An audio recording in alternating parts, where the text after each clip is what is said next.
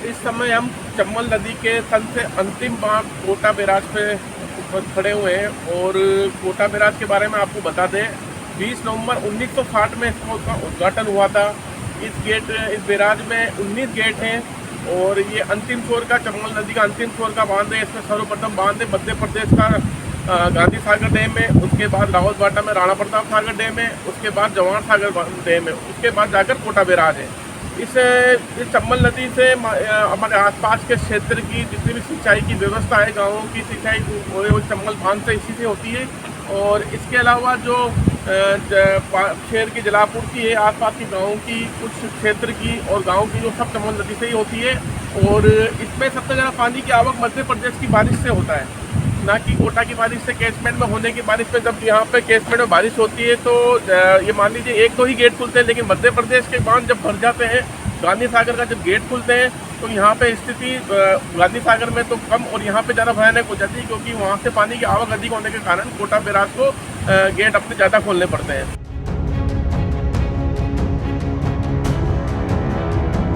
चंबल नदी पर 4 बांध बने हुए हैं, जिनमें गांधी सागर, राणा प्रताप सागर, जवाहर सागर और कोटा बैराज शामिल हैं। कोटा बैराज कोटा की लाइफलाइन माना जाता है। इसका निर्माण 1953 में शुरू हुआ। तत्कालीन प्रधानमंत्री पंडित जवाहरलाल नेहरू ने बांध के निर्माण कार्य का शिलान्यास किया था। इस बांध का काम 1960 में पूरा हुआ। कोटा बैराज के डाउन स्ट्रीम में चंबल रिवर फ्रंट बनाया गया है। 853 फीट कुल भराव क्षमता वाला यह बांध फिलहाल पूरा भरा हुआ है। 7 दिन से एक गेट खोलकर पानी की निकासी की जा रही है और नहरों में पानी छोड़ा जा रहा है। कोटा बैराज के कुल 19 गेट हैं। बांध से पानी डिस्चार्ज की कुल क्षमता 7.5 लाख क्यूसेक है। 5 साल पहले सभी गेट खोलकर 7.5 लाख क्यूसेक पानी छोड़ा गया था। तब कोटा में बाढ़ आ गई थी। कोटा बैराज हमेशा लबालब रहता है, क्योंकि इससे कोटा शहर में जलापूर्ति होती है और कोटा थर्मल में विद्युत उत्पादन होता है। जब पानी की कमी आती है तो राणा प्रताप सागर और जवाहर सागर बांध से पानी छोड़कर कोटा बैराज को भर दिया जाता है। बांध के सभी गेट अंतिम बार 2023 में खोले गए थे। कोटा बैराज की स्थिति पूर्णतः से सुरक्षित है, पर इसको जो अभी जो है डैम रिहेबिलिटेशन इम्प्रूवमेंट प्रोजेक्ट के अंदर जो 186 डैम देश भर में जो चयनित किए गए थे, उसको अब नवीनतम टेक्नोलॉजी पे ले जाने के लिए इनमें राज्य सरकार ने जो है बजट मंजूर किया था।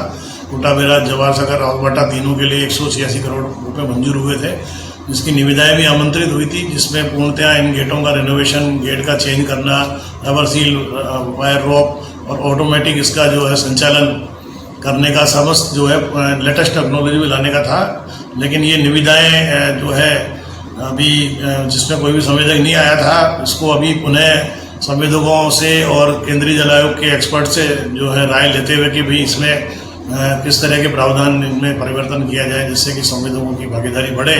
तो उसके उपरांत दिनांक 15 जुलाई को है केंद्रीय जल आयोग में मीटिंग आयोजित करके जो भी डायरेक्शन इशू हुए थे उसके अकॉर्डिंगली बजट इसका जो है एस्टीमेट रिवाइज करके और इसके प्रस्ताव दोबारा अभी केंद्रीय जल आयोग के मार्फत वर्ल्ड बैंक को गए हुए हैं। वहाँ से इसकी मंजूरी मिलते ही शीघ्र ही जो है प्रशासनिक वित्तीय स्वीकृति जारी होगी और उसके उपरांत इसके पुनः निविदाएं आमंत्रित की जाएंगी। इसमें टोटल 124 किलोमीटर कैनाल अपनी राजस्थान में है और इसके 248 किलोमीटर मध्य प्रदेश में है।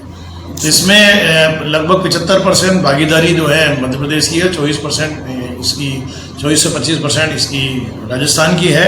तो इसमें 2,29,000 हेक्टेयर तो अपनी राजस्थान में भूमि सिंचित होती है और 4,50,000 हेक्टेयर इसमें मध्य प्रदेश में सिंचित होती है। पेयजल में कोटा बैराज से अपने अकेलगढ़ में एक जो है PHED डिपार्टमेंट का जो है इंटेक वेल है, उससे जो कोटा के चंबल नदी के दाईं क्षेत्र पर संपूर्ण कोटा है, वहाँ पर उसकी वाटर सप्लाई होती है।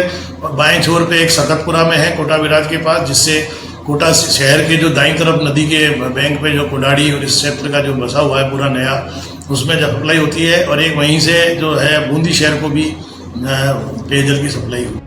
कोटा बैराज से राजस्थान और मध्य प्रदेश में सिंचाई होती है। इस बांध से हाड़ौती की 2.5 लाख हेक्टेयर जमीन सिंचित होती है। कोटा बैराज से दाईं और बाईं मुख्य नहर निकलती हैं। दाईं मुख्य नहर कोटा बाराज से होकर मध्य प्रदेश जाती है।